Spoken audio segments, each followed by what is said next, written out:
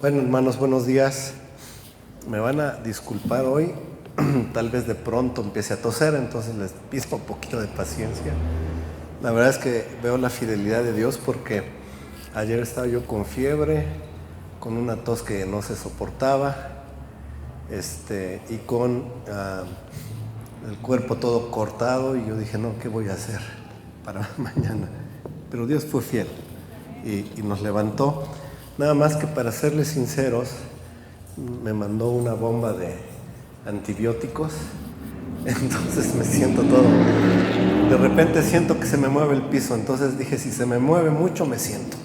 Así que les pido una disculpa, tal vez tenga que de vez en cuando o predicar sentado o sentarme, por eso me pusieron mi sillita el día de hoy.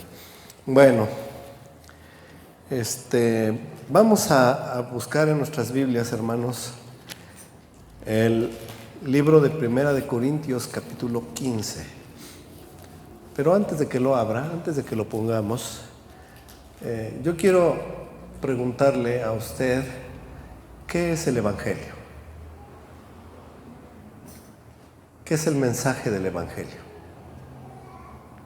No es ¿qué es el mensaje? Porque el apóstol Pablo nos advierte de que hay algunos que han salido, dice Pablo, por el mundo con un evangelio diferente.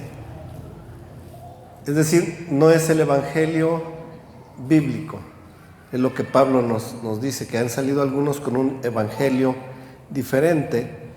Dice, sin embargo, si yo o incluso un ángel de Dios os anunciara un evangelio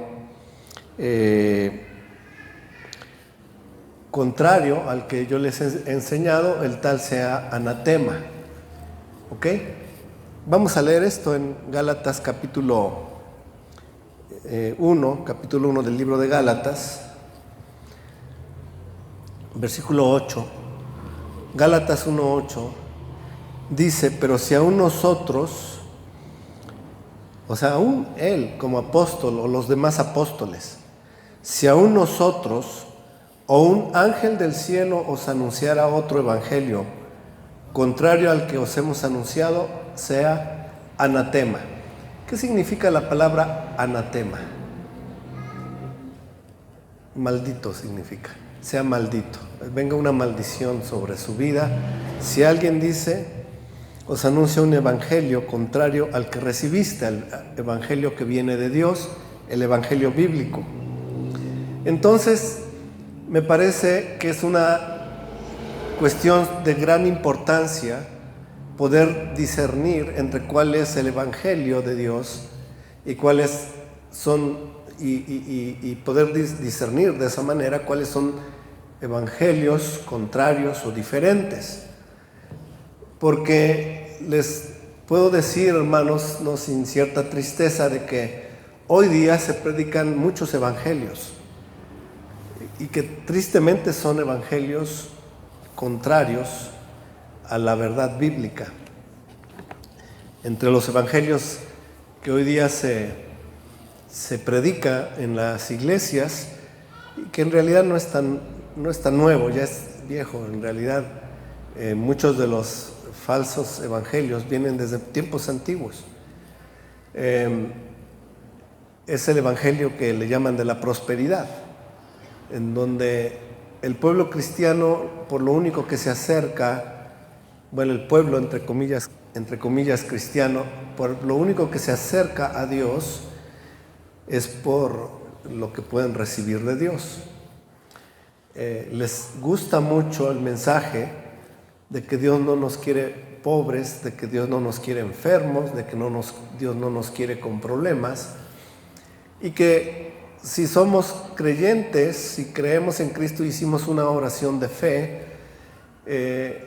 solo decreto prosperidad sobre mi vida, decreto sanidad sobre mi vida, decreto que donde piso, mis plantas de los pies es mío.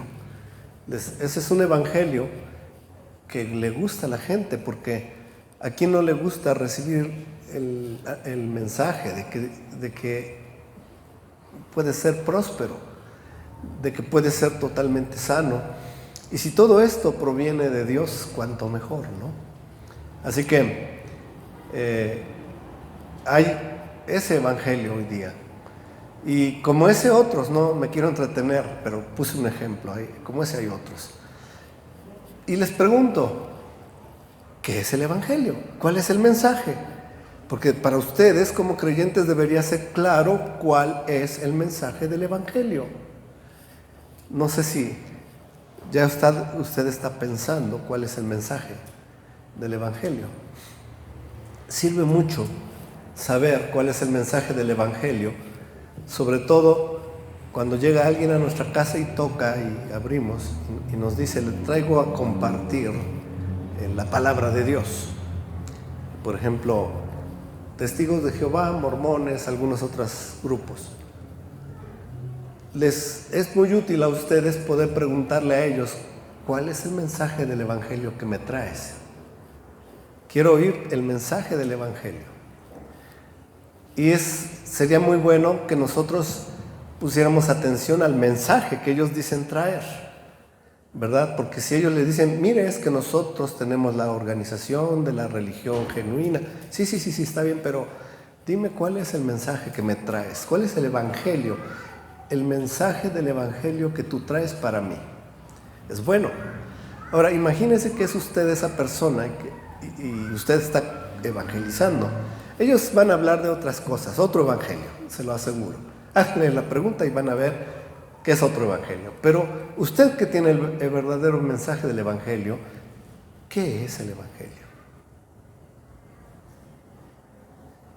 ¿Ok? Dios nos ayuda muchísimo. El apóstol San Pablo nos da un texto muy importante en 1 Corintios capítulo 15. 1 Corintios capítulo 15 tiene mucho que ver con el tema de la semana que estamos por iniciar, que es esta semana que comienza con la Pascua. Amén.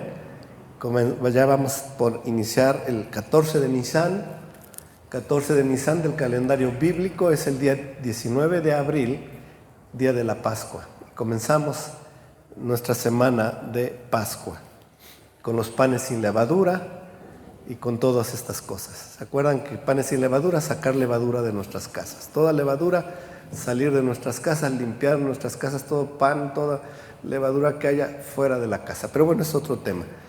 No me quiero desviar porque me he hecho 2 horas aquí.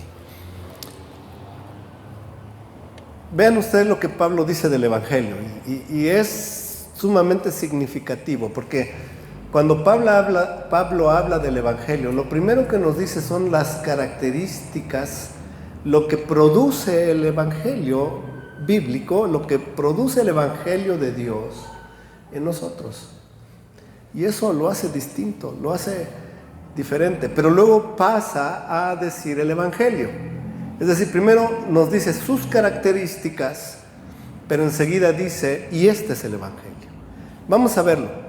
Dice en 1 Corintios 15, dice, además os declaro, hermanos, el evangelio que os he predicado. Así que pongamos atención a las próximas palabras de Pablo, porque dice, os declaro el evangelio que os he predicado. Aquí está el evangelio. Ahora pongamos atención a sus palabras. Dice, el cual también recibisteis. El mensaje del evangelio tiene la característica de que es recibido o es rechazado.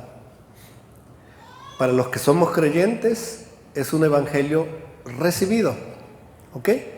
Un mensaje que alguien nos dio, que alguien nos compartió, que alguien nos dijo, Dios hizo esto, y que sentimos esa convicción en nuestro corazón, una convicción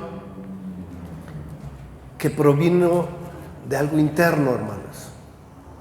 Déjenme decirles, no es ni siquiera una cuestión de razonamiento humano. No es una cosa que usted se puso a ver lo lógico o lo ilógico, lo razonable o lo irrazonable, que era el mensaje. sino que cuando usted lo recibió, algo en su interior fue tocado. Una fibra interna en el corazón fue tocada. Déjenme decirles que es la obra del Espíritu Santo. Es el Espíritu Santo quien redarguye nuestros corazones y pensamientos. De tal manera que quien es pecador y recibe el mensaje, inmediatamente se contrista por dentro. Algo pasa en sus entrañas. Algo pasa en su interior. Y entonces abre su corazón y recibe el mensaje.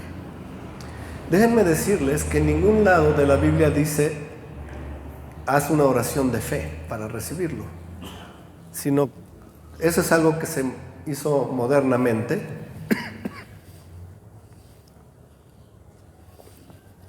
pero no es un requisito bíblico, aunque no estoy diciendo que haya sido malo. Si usted recibió a Cristo mediante una oración de fe, está bien, pero la Biblia no dice por su oración de fe los conoceréis. ¿Qué dice en realidad? ¿Por sus qué? Por sus frutos. Por sus frutos los conoceréis. Ese mensaje recibido toca nuestra vida de tal modo que algo cambia poderosamente. Es un encuentro increíble con Dios. Les platicaba yo de un pastor que decía que llegó tarde a su mensaje en una iglesia donde lo invitaron, y que al llegar dijo: híjole, hermanos, perdónenme que se me hizo tarde, pero es que ya venía de mi casa y me atropelló un tráiler. Entonces los hermanos ahí, pues ese pastor mentiroso, ¿verdad? Pero los hermanos ahí, es un ejemplo exagerado para que comprendamos. Llegan y lo ven, lo rodean: te atropelló un tráiler. Le dan la vuelta. No sé de qué te atropelló un tráiler. No, sí, me atropelló un tráiler. A ver, lo mueven. Si te hubiera atropellado un tráiler, algo hubiera cambiado en tu vida. Nadie queda igual después de un encuentro con un tráiler. Y es cierto, ¿verdad? Pues más poderoso es Dios, el Espíritu Santo. Es más poder el del Espíritu Santo cuando encuentra a un pecador que recibe el mensaje. Así que lo primero es un mensaje recibido. Dice, en el cual también, ¿qué dice ahí? Perseveráis. ¿Qué significa la palabra perseverar?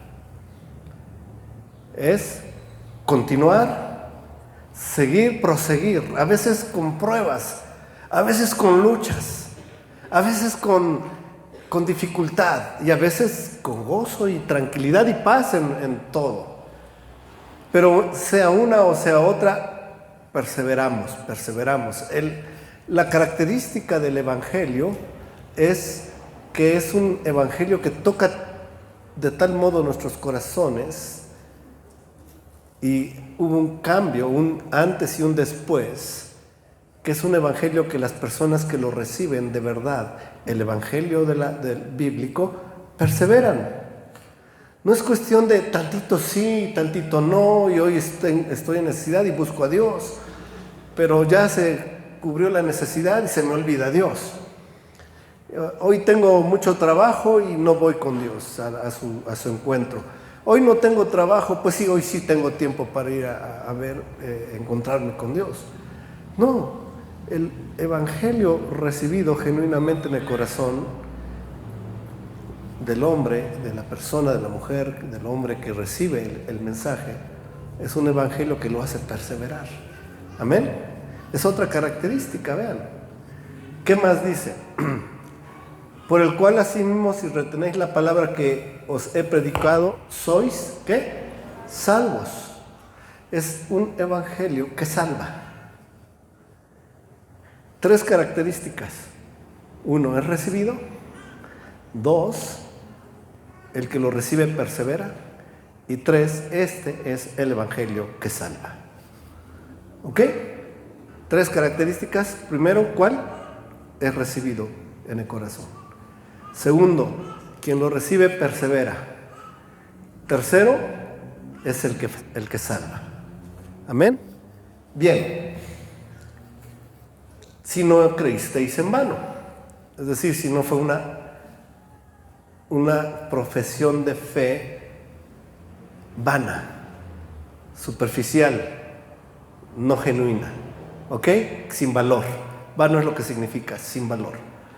Así que esas son las características, pero todavía no nos dice qué es el Evangelio. Hasta ahorita solo hemos recibido las características del verdadero Evangelio bíblico. ¿Cuál es el Evangelio? Siguiente. Porque primeramente os he enseñado lo que asimismo recibí. Ahí va el medio. Este es el Evangelio. Que Cristo murió por nuestros pecados. Amén. ¿Cuál es el Evangelio? Que Cristo murió por nuestros pecados. Miren, en el método moderno de llevar el evangelismo a la gente, se hace un gran énfasis en señalar lo pecaminosos que somos. Y hasta cierto punto, la gente allá afuera ya está un poquito cansada de que le digamos, eres pecador, eres de un corazón depravado, te vas a ir al infierno. Incluso alguna vez oí algo que compartió alguien en una red social, que decía, miren, yo ya me cansé de que vengan a mi puerta y me digan que soy un pecador y que me voy a ir al infierno. Ya no vengan. Porque ese es el mensaje que se enfatiza. Y aunque es cierto, es verdad, que somos pecadores, ¿sí o no? Es cierto. Pero tan pecador es esa persona ahí a la que se le quiere evangelizar como uno. Somos pecadores, hermanos. Somos pecadores y no podemos tener esa comunión con Dios por nuestro pecado. Estamos separados de Dios por el pecado. Pero ese evangelio, dado de esa manera, decirle a la gente, mira, eres un pecador perdido, que te vas a ir al infierno, no conlleva el mensaje más importante del evangelio. Porque, ¿qué significa la palabra evangelio? Buenas nuevas. Buenas nuevas. Eso es lo que literalmente significa la palabra evangelio. Buenas nuevas. Traigo buenas nuevas para ti. Ahora, imagínate que le digamos a una persona, oye, te traigo buenas nuevas. Y me dice, sí, ¿cuáles? Eres un pecador perdido que te vas a ir al infierno. Ah, esas son las buenas nuevas. Suena como no correcto, ¿verdad?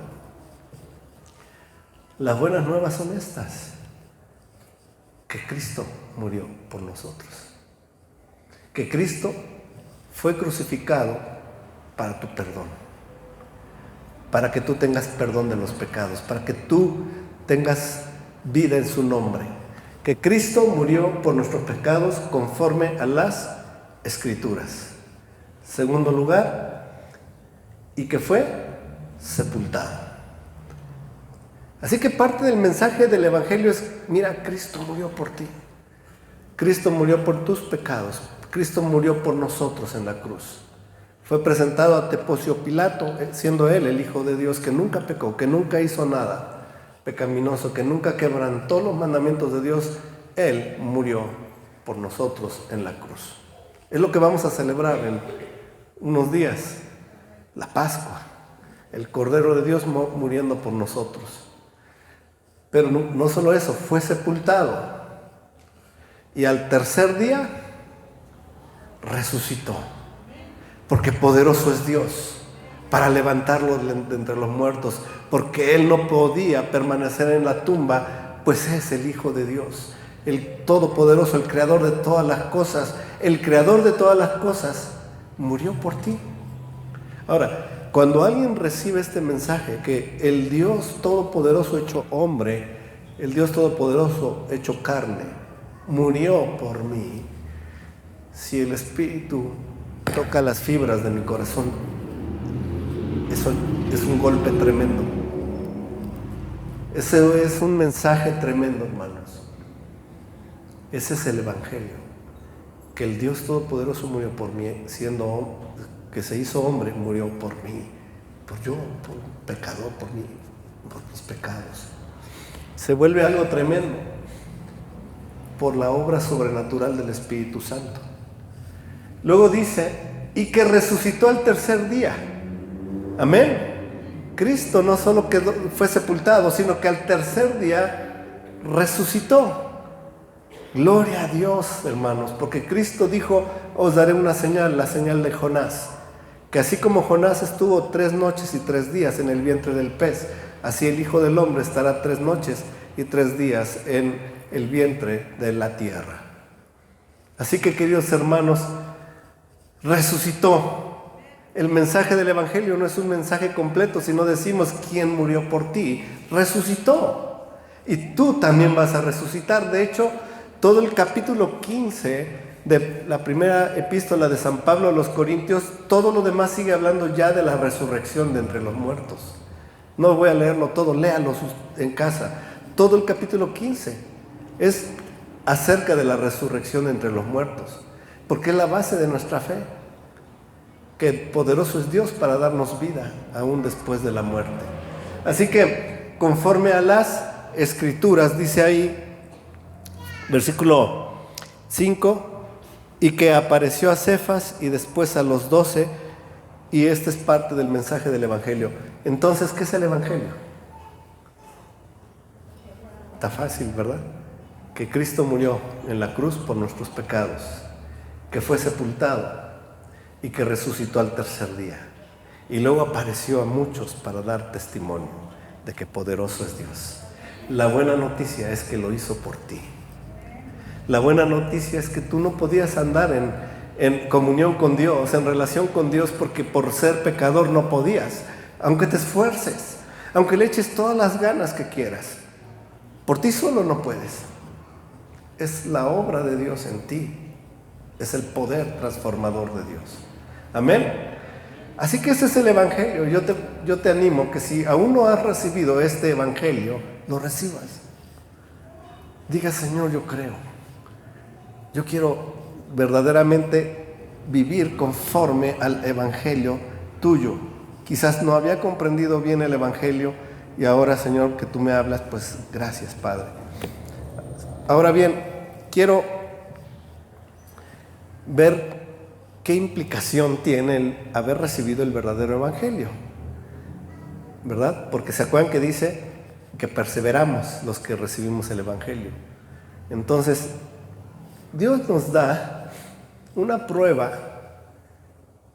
importante para saber si somos o no creyentes, y que es una prueba externa y que nos ayuda a después ver qué tan realmente hemos recibido el Evangelio. Hay varias cosas, pero vámonos al Evangelio según San Mateo. Mateo capítulo 7, versículo 13.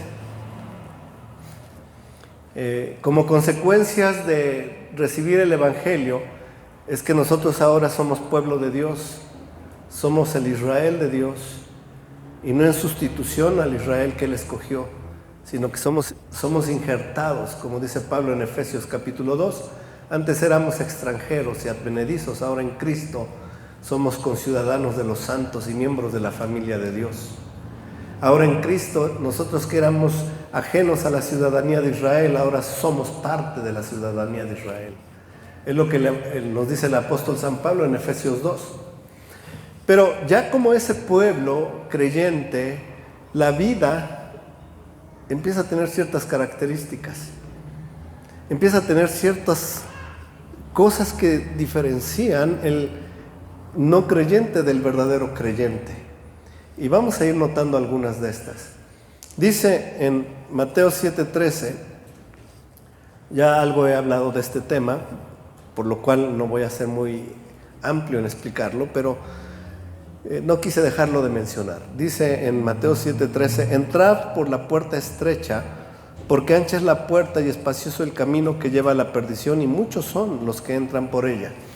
Si tú has recibido el verdadero Evangelio y realmente el poder del Espíritu Santo ya obró en tu vida, en tu corazón y en tu persona completa, quiere decir que ya pasaste esa puerta que, por cierto, es como estrecha. ¿Y quién es la puerta? Jesús dijo, yo soy la puerta. ¿Ok? Entonces, el que realmente ha recibido el Evangelio pasó la puerta. Ahora, muchos, conociendo el mensaje de Jesucristo en el Sermón del Monte, piensan que Jesucristo, en este texto que estamos leyendo, quiso decir que pasando la puerta estrecha, en realidad hay dos caminos. Uno, angosto, delgadito, angosto. Tiene líneas que impiden que te salgas. Y el otro, amplio, no tiene límite. Y muchos tienen la idea de que si pasaste por la puerta estrecha, ahora estás de este lado y te preguntas, ¿por cuál camino sigo? En realidad están erróneos, están equivocados. Porque lo que el Señor quiso decir es que si entras por la puerta estrecha, lo que encuentras delante de ti es un camino angosto. Porque si entraste por la puerta amplia o ancha, encuentras un camino espacioso. Y dice que muchos van por ese camino. Porque muchos creen que porque hicieron una oración de fe, en realidad no fue tocado su corazón, no recibieron el Evangelio, pero se creen creyentes en Cristo porque un día hicieron una oración de fe. Y dan testimonio, es que yo sí, yo recibí a Cristo, hice la oración de fe. Pero vean ustedes que en la Biblia no nos habla de eso, de una oración de fe, nos habla del Evangelio, de cómo recibimos y qué características tiene. Entonces, lo que quiso decir el Señor es que si tú cruzaste la puerta angosta, encontraste un camino estrecho, limitado por los mandamientos de Dios.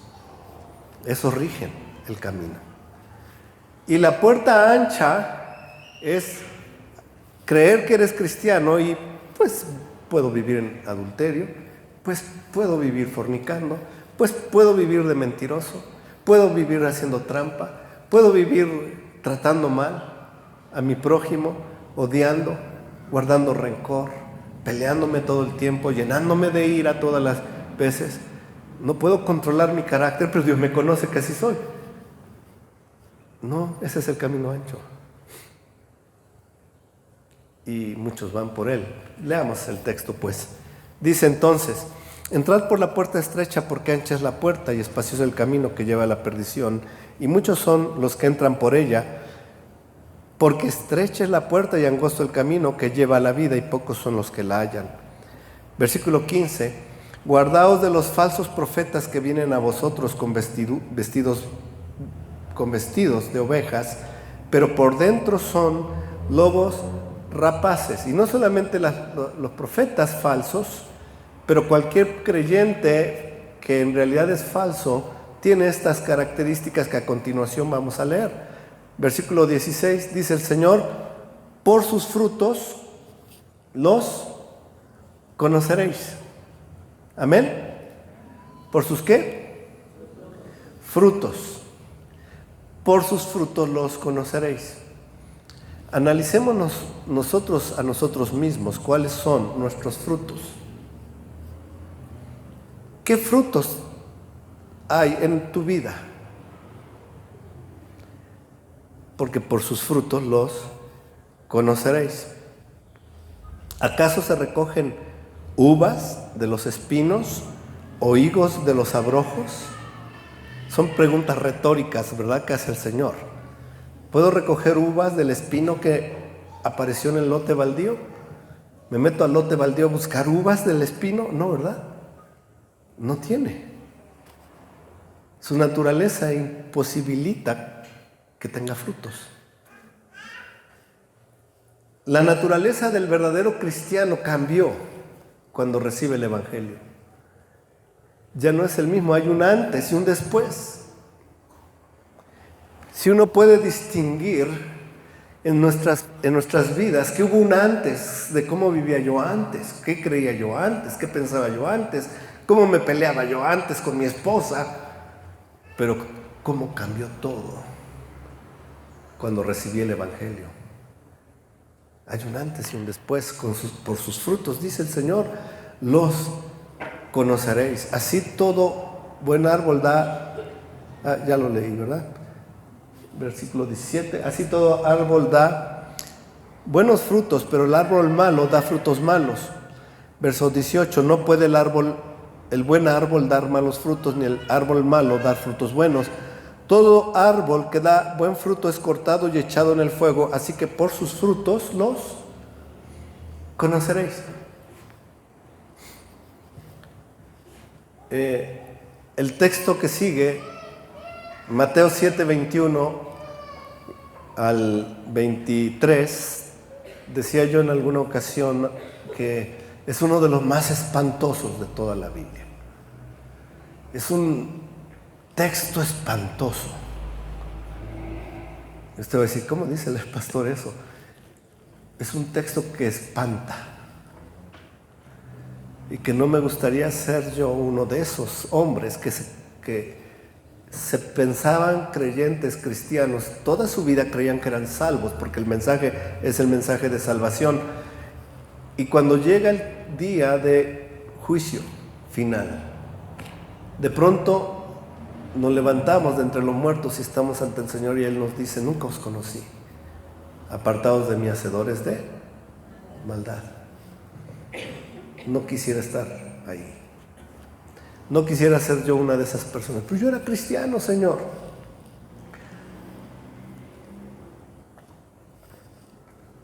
Yo profeticé en tu nombre.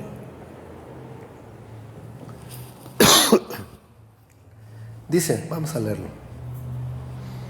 No todo el que me dice Señor, Señor entrará en el reino de los cielos, sino el que hace la voluntad de mi Padre que está en los cielos. Muchos me dirán en aquel día,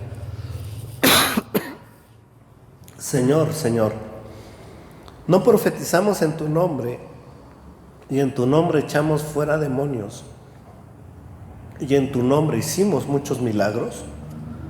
Entonces les declararé, nunca os conocí, apartaos de mí, hacedores de maldad. El mensaje último que di en la iglesia, hablé de esa palabra que en el español aparece como maldad.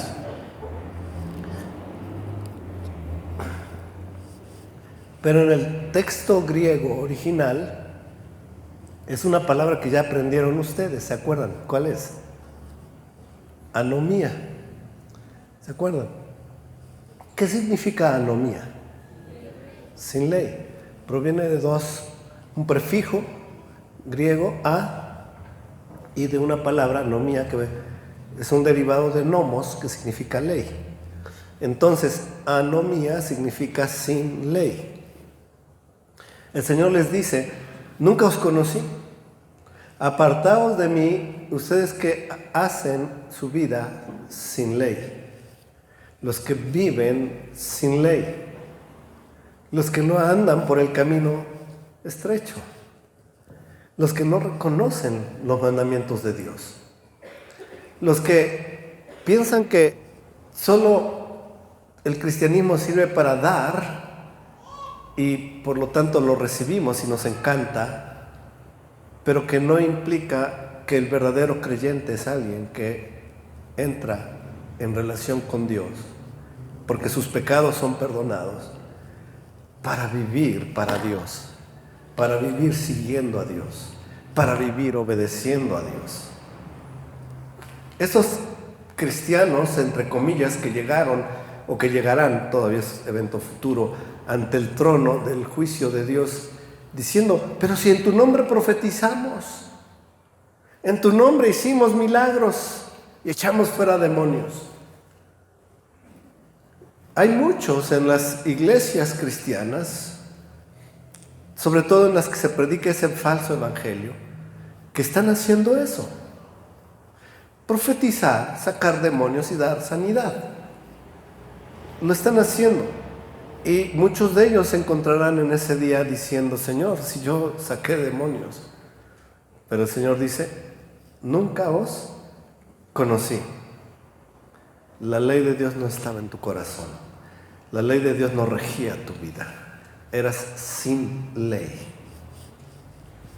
Tremendo, ¿no? Vea que sí es espantoso el texto. Espanta. Tienes que reflexionar en tu corazón. Si eres o no un cristiano, si realmente recibiste el Evangelio. Y luego nos da aquí la prueba de la que les hablé. ¿Cómo saber si realmente somos cristianos? Mire, yo varias veces lo he hecho en oración pidiéndole a Dios: Señor, si no soy cristiano, ayúdame a hacerlo y perdóname, quiero ser tu hijo, quiero caminar en tus caminos rectos y andar en tus veredas estrechas, guardando tus mandamientos y haciendo tu voluntad. Y entonces el Señor nos dice cómo saberlo. Vean, dice en Mateo 7:24: cualquiera pues que me oye estas palabras y las hace, o sea, alguien que oye la palabra de Dios, alguien que oye los mandamientos de Dios, alguien que oye el mensaje del Evangelio y hace, no se queda como un oidor olvidadizo, sino hace y las hace. Esto es un verdadero creyente, una persona realmente tocada por el Evangelio. Les diré, dice aquí, es semejante. Vean: le compararé a un hombre prudente que edificó su casa sobre la roca. Ahí está la forma en que nosotros podemos saber si somos o no creyentes. El que oye la palabra y la hace es como aquel que construyó una casa y le puso cimientos en la roca. Vean lo que dice: descendió lluvia y vinieron ríos y soplaron vientos y golpearon contra aquella casa y no cayó, porque estaba fundada ¿sobre qué? Sobre la roca. Un verdadero creyente que recibió el Evangelio, que está guardando los mandamientos de Dios, que está viviendo regido por la ley de Dios. Vienen los problemas, llámenles pobreza, miseria, enfermedad, injusticia, traición, lo que quieras. Pero el tal está firme. Le anunciaron que tienes cáncer y te vas a morir. Me mantengo firme. Perdiste todo lo que tenías. Me mantengo firme. Y los de su casa se mantienen con él firmes. Porque el hogar, la casa, está sobre la roca. Ahora, uno no creyente genuino, uno que tuvo el Evangelio superficial y que realmente no llegó a transformar su vida, no hubo un cambio genuino. Dice el Señor, verso 26, pero cualquiera que me oye estas palabras y no las hace, le compararé a un hombre insensato. Es decir, no es sensato el asunto de este hombre. Es un creyente superficial en realidad. Dice que edificó su casa sobre la arena y descendió lluvia y vinieron ríos y soplaron vientos y dieron con ímpetu contra aquella casa y cayó y fue grande su ruina. No es que pasó tiempo y luego cayó, no, dice, en cuanto vinieron los problemas, cayó y quedó en ruina. Fue grande su ruina. Es aquel que se dice creyente, pero vienen algunas situaciones y, ay, pastor, estoy terriblemente mal, ore por mí, por favor. Y no es que uno no quiera orar, claro que sí queremos orar siempre por usted, pero nosotros queremos ver a esa persona firme en el Señor. Aunque perdí todo, aunque me hicieron un fraude, estoy firme y sé que Dios tiene control. Ayúdeme a orar por mi pastor. Aunque estoy enfermo, sé que puedo estar firme en el Señor porque poderoso es Él. Ayúdeme a orar por mí. Eso está bien. Y esa es la característica. Vienen vientos y lluvia y ríos, pero la que no está firme en la roca, porque no hace, no guarda la palabra de Dios, no oye y hace, cae. Quiero rápidamente mencionar esto. ¿Cuál es la relación de esa fe con respecto de Dios? Bueno, primero, la fe es lo que lleva y conduce tu vida. Vamos a ver rápidamente dos textos. Uno del hombre que fue llamado el padre de la fe. Es conocido en todo el mundo como el padre de la fe. Usted ya sabe de quién estoy hablando, ¿verdad? Abraham, el padre de la fe. ¿Qué características tenía Abraham? Una muy sencilla, pero dificilísima de encontrar. Abraham oía la voz de Dios y hacía. Dios le hablaba y él hacía. Llegó Dios a pedirle: entrégame a tu hijo al que amas y sacrifícalo. A la mañana siguiente tomó Abraham a su hijo, le preparó el asno para llevar la leña y se fue junto con su hijo. Ahora a ver, que te lo pidan a ti.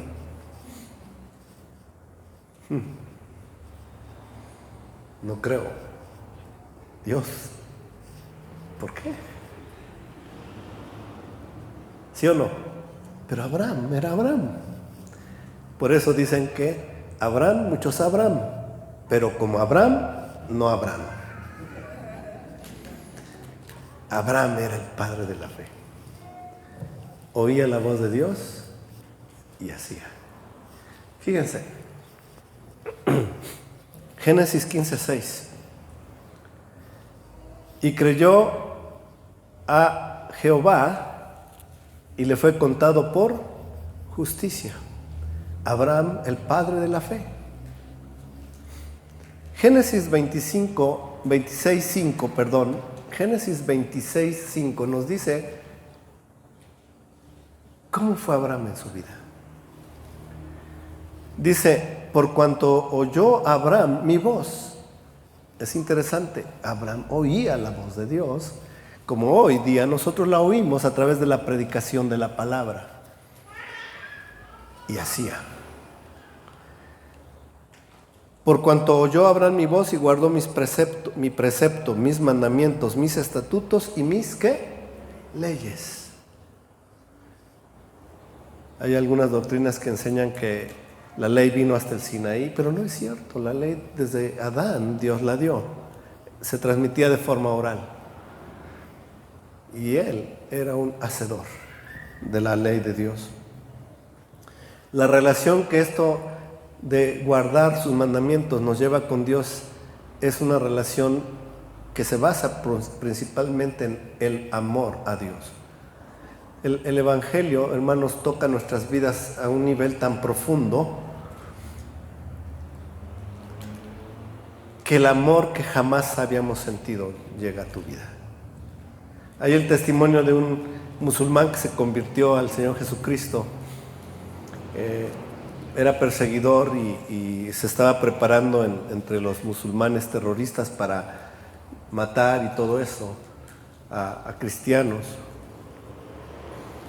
Pero un día se le encomendó leer la Biblia para que él pudiera rechazar esas enseñanzas falsas de la Biblia. Y entonces se lo pidió su imán, su jefe, digamos pastor, el equivalente al pastor en el Islam. Y que es una historia real, narra que él empezó a estudiar la Biblia desde el principio y de pronto se dio cuenta que era el mensaje de vida, el mensaje del Evangelio, que en él podía tener vida. Y entonces empezó una lucha interna porque él era muy convencido radical, pero de pronto encuentra la verdad del Evangelio de Dios. Y luchando en su corazón con estas cosas, un día le pidió a Dios: Señor, si eres tú y tu palabra de la Biblia es verdad, muéstramelo. Y si el Islam es verdad, muéstramelo. Pero ya no quiero seguir luchando en mi corazón. Entonces al otro día llevaba su Biblia en una maleta y llegó a un lugar a hacer unos trámites, y alguien pasó y le robó la maleta y se la llevó. Y cuando él se dio cuenta que la había perdido, llegó a su casa y le dijo: Señor, he perdido el libro, he perdido el libro. ¿Y ahora qué voy a hacer, Señor? Y se quedó dormido. Y en sueños se le reveló el Señor Jesucristo y le dijo: lo que perdiste está en el armario. Y él se paró, se despertó y pues imposible que estuviera en el armario. Yo sé que iba en la maleta y sé que me la robaron. Pero dice: de todos modos fui y abrí el armario y ahí estaba mi Biblia. Yo creí. Dice, y entonces dice, algo pasó dentro de mí. Cuando salí esa mañana de mi casa, aquellos que odiaba, sentía amor. Aquellos que quería matar, había un barrio de cristianos ahí, dice, de pronto sentí que los amaba. El cristianismo, hermanos, transforma la vida de nosotros en una vida de amor, porque está basado el Evangelio. El Evangelio, el mensaje, es un mensaje de amor por nosotros. Terminamos casi ahora con estos textos. San Juan 14:15. Dice el Señor Jesucristo: si me amáis, ¿qué dice? Guardad mis mandamientos. Los mandamientos de Dios. San Juan 14:21. El que tiene mis mandamientos y los guarda, ese es el que me ama. Y el que me ama será amado por mi Padre, y yo le amaré y me manifestaré a él. San Juan 15:10. Si guardareis mis mandamientos, permaneceréis en mi amor, así como yo he guardado los mandamientos de mi Padre y permanezco en su amor. Así que, querido hermano, el mensaje del Evangelio se complementa y se hace una realidad en la vida de las personas, de los creyentes, cuando comenzamos a vivir conforme a los mandamientos de Dios, motivados por el amor a Dios. Cuando en nuestro corazón es tan grande lo que transformó, lo que hizo Dios al morir por mí, que en verdad yo anhelo de todo mi corazón hacer su voluntad. Cuando eso llega a la vida del cristiano, es que es verdaderamente un cristiano. ¿Saben por qué impactó tanto el Evangelio al mundo?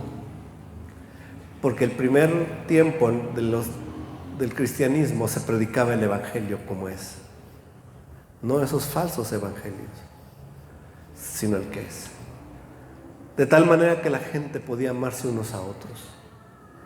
De tal manera que esos esposos que se peleaban todo el tiempo y que todo el vecindario sabía cuántos gritos echaban uno al otro, algo pasó. Dejaron de pelear. Se cuidan uno al otro. Se respetan. Y sus hijos son tan educados. Era una suciedad su casa y ahora es tan limpia. En todos los sentidos, en todos los aspectos, que impactaba a los demás. Era un impacto. Vean, Levítico 19:2 dice: Vamos a dar unos ejemplos de mandamientos de Dios que tienen que ver, desde luego, mucho con el mensaje. Dice en Levítico 19:2, habla a toda la congregación de los hijos de Israel y diles: santos seréis, porque santo soy yo, Jehová, vuestro Dios. Es un llamado que tenemos los que recibimos el Evangelio: sed santos. ¿Y qué significa la palabra santo? La palabra santo viene de kadosh en hebreo. Kadosh significa cortado y separado. Literalmente, cortado y separado. El llamado a nosotros como hijos de Dios: cortados y separados del mundo. Nuestra cultura, la música que oímos, el tipo de cosas que permitimos que vean nuestros ojos, las palabras que escuchamos y que permitimos que lleguen a nuestros oídos, la forma en que vestimos, creo ya lo mencioné, es diferente. La gente puede distinguir entre nosotros y otros porque somos santos. No nos confundimos con el mundo. Amén. Siguiente. La diferencia la hace nuestra cultura, hermanos, en todo detalle de nuestra vida. Nuestra cultura cristiana, nuestra cultura del Evangelio. Recibimos una nueva cultura, una transformación. Por eso el apóstol San Pablo dice en Romanos capítulo 12, renovaos por medio de la transformación de vuestra mente. Somos renovados. Nuestra mente deja de pensar como antes para pensar de una manera nueva y diferente. Por el poder del Espíritu Santo que nos transforma de día en día a la imagen de Cristo. Cada día nos vamos asemejando más a Cristo. Cada día las personas pueden ver más en ti, si eres un verdadero creyente, a Cristo. Cuando te ven, pueden ver a Cristo. Dice en Levítico 19:3, por ejemplo: cada uno temerá a su madre y a su padre, y mis días de reposo guardaréis, yo Jehová vuestro Dios. El trato a nuestros padres es diferente de cuando no éramos cristianos, antes desobedientes y rebeldes. Ahora, si eres bajo tutela del hogar, el cristianismo, si recibiste a Cristo en tus tempranos años, ¿verdad?, te transforma. Ahora, no es que cambiamos, tampoco estoy diciendo, hermanos, el Evangelio, simplemente recibiste el mensaje del Evangelio y al siguiente día eras toda la maravilla del mundo, no. En realidad hay un antes y hay un después, sí es cierto, pero también es cierto que el Espíritu nos va transformando, que nos vamos dando cuenta por el poder y la obra del Espíritu Santo que nos redarguye en nuestras conciencias de que tal cosa está mal. Ahorita al final les voy a poner un ejemplo que apenas redarguyó Dios mi corazón. Nada más que les pido no se lo vayan a contar a la pastora, por favor, ahorita van a saber por qué. Bueno, dice en versículo 11 de ese 19, capítulo 19 de Levítico 11, dice: no hurtéis y no engañéis ni mentiréis el uno al otro. Es parte de la cultura evangélica, cristiana. Tienes a Cristo en tu corazón, no andas mintiendo para sacar provecho quizás, para salir de un problema quizás, sino que en tu corazón está la verdad. A veces nos va a costar decirla, pero el Espíritu redarguye nuestra conciencia y nos lleva a un camino estrecho. Vean este otro, mandamientos de Dios. Y no juraréis falsamente por mi nombre, profanando así el nombre de tu Dios, yo Jehová. En la cultura allá afuera en el mundo, la gente dice: te juro por Diosito, mira, ahora sí, te termino el trabajo. Y en su corazón incluso está el no cumplir. Y usan como muleta para que le creamos jurar por Dios. El Señor dice, no juréis falsamente. No juréis falsamente por mi nombre, profanando así el nombre del Señor tu Dios. ¿Se dan cuenta que todo esto es la cultura bíblica, la cultura del Evangelio morando en el corazón? Es la palabra, la ley de Dios escrita en los corazones y en las mentes de quien ha recibido el mensaje. Dice más adelante, fíjese, no aborrecerás en tu corazón, razonarás con tu prójimo para que no participes de su pecado. No aborrecerás a tu hermano en tu corazón. ¿Cuántas veces nos hemos discutido entre nosotros, entre esposo, esposa o con los hijos, y llegamos a un punto en que ¡ay, te odio! Ahora, esta palabra un día tocó mi corazón porque yo era ese tipo de esposo discutidor. Siempre quería tener la razón, así que siempre discutía. Así que un día habló al Señor en mi corazón y me transformó, me hizo ver que tengo que tomar en cuenta todo lo que dice mi esposa, así de plano, todo, así. Wow, Señor, pero no siempre está bien. Pues todo. Ah, bueno. Y a veces he actuado, ahí es donde le voy a decir, no le compartan a mi esposa. Bueno, luego va a oír el audio, así que de todos modos va a enterarse. A veces ella me ha dicho cosas en las que yo no estoy de acuerdo, pero lo hago. Y luego digo, lo voy a hacer. No está correcto. No estoy de acuerdo. Bueno, o sea, en mi mente, no en mi corazón. No estoy de acuerdo, no estoy... Pero para que a Dios a mí no me reprenda y a ella sí la reprenda. Entonces, ¿cuál fue mi motivación? No fue una motivación correcta. No solo es hacer lo correcto, sino hacerlo por los motivos correctos. Hacer el bien, hermanos. Ser bondadoso, misericordioso, piadoso. Amar al prójimo como a nosotros mismos. Fíjense que la Biblia habla de tratar también al prójimo amándole como a nosotros mismos, no haciendo con el prójimo como nosotros no queremos que hagan con nosotros, la regla de oro. Pero tú como esposa y tú varón como esposo, piensa, de todo el prójimo que tienes a tu alrededor, ¿quién es la persona más importante?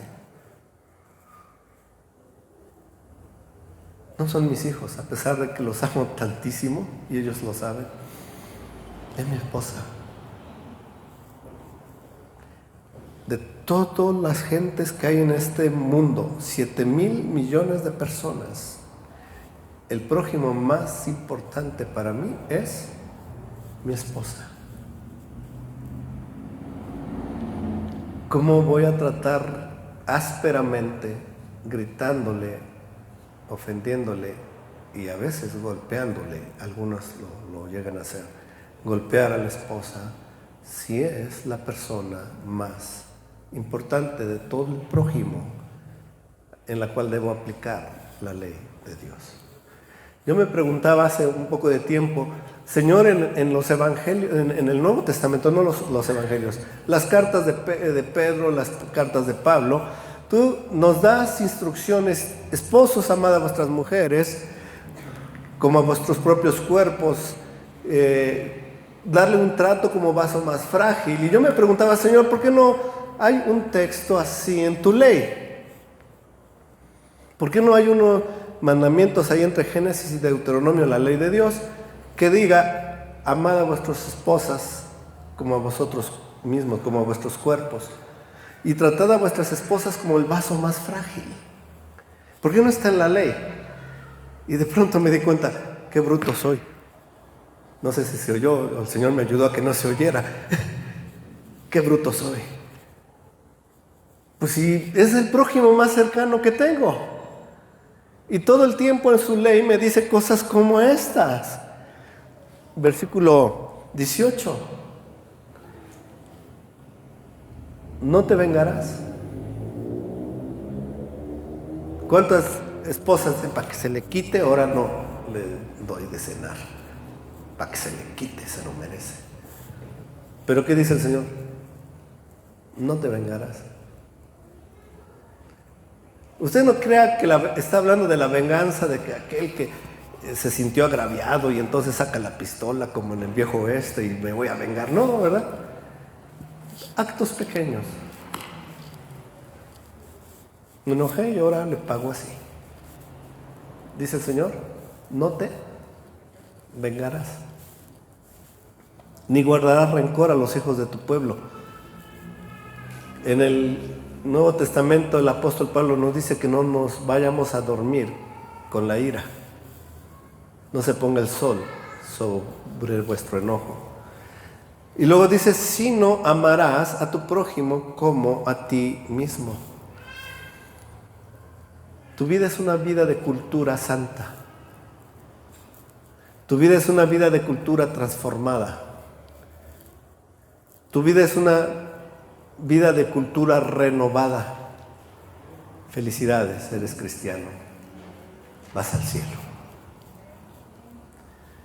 Y aunque vengan ríos, vientos, fuertes corrientes de agua, tu casa permanecerá firme sobre la roca. Qué fabuloso es Dios. ¿Qué tal si oramos, hermanos? Padre, te damos gracias